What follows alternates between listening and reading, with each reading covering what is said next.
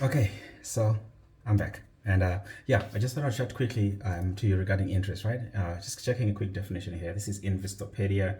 They normally give different definitions of this monetary or financial terms. It says here, interest is the monetary charge for the privilege of borrowing money.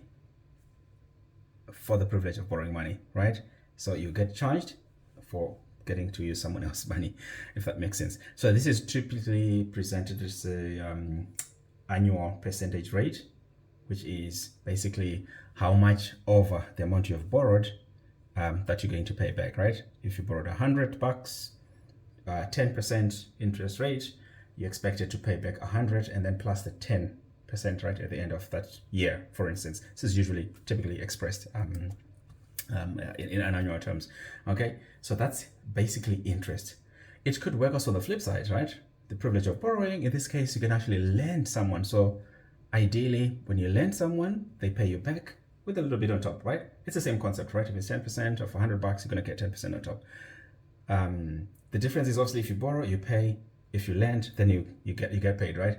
As you can see, obviously, you always want to be lending so you can get paid rather than doing the borrowing. In addition to the interest, the other quick thing I just wanted to highlight was what's called compound interest. So Albert Einstein once said, compound interest is the eighth wonder of the world. Why did he say that, right? But one of the things that he said is, he who understands it earns it, right? If you really understand how it works, you're going to earn a lot more interest. And I really hope that, you guys get to that point. But if you don't understand it, you're going to pay it, right? On the other flip side, which means also, if you really don't understand it, most likely you're just going to end up start borrowing money to get, to get whatever you need to get, right? Whether it's a credit card, whatever, but you're going to be paying interest. So you're going to be paying someone for the privilege of getting some money, right? I don't know if you see where I'm going with this, right? Mostly when people borrow money, it's obviously because they do not have enough money to acquire whatever that they need to get, right? Or they've run out of money. And obviously, that's a position nobody wants to be in. I've been in that many, actually, I've been like deep down in that. And I'm speaking from experience. It sucks.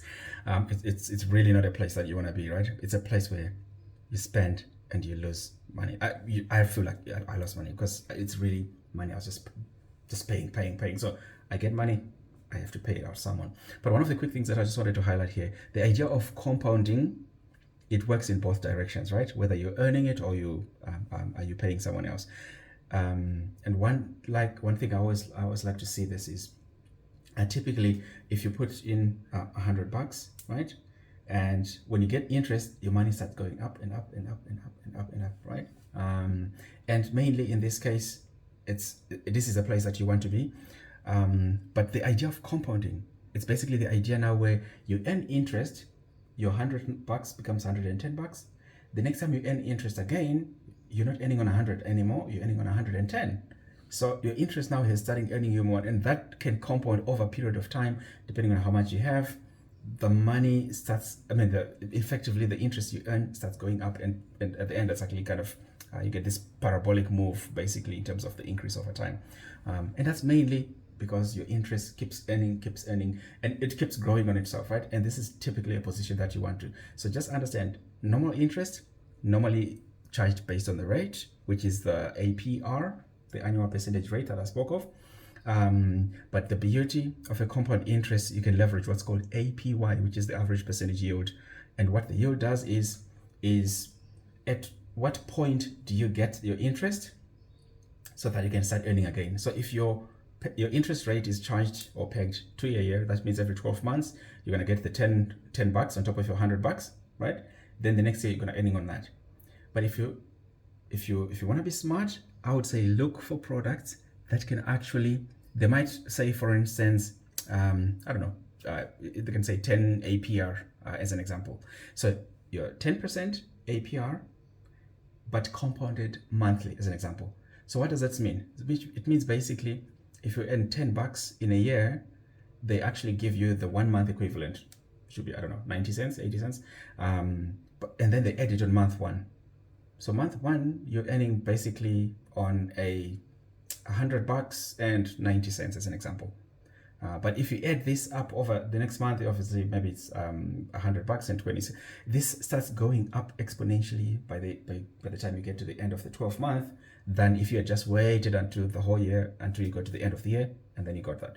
So it's very important when you're looking for interests, compound interest especially, and you've got some money, some savings, or whatever you want to earn, make sure you find a product that have got this the compounding effect done sooner than the entire year, so you don't have to wait for the year.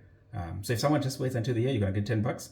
If you get monthly increments, effectively, or monthly interest basically re-added to your account, in this case, your interest starts earning your interest, right? And then you're gonna end up with a slightly higher amount. So that's what I just thought I'd share with you quickly.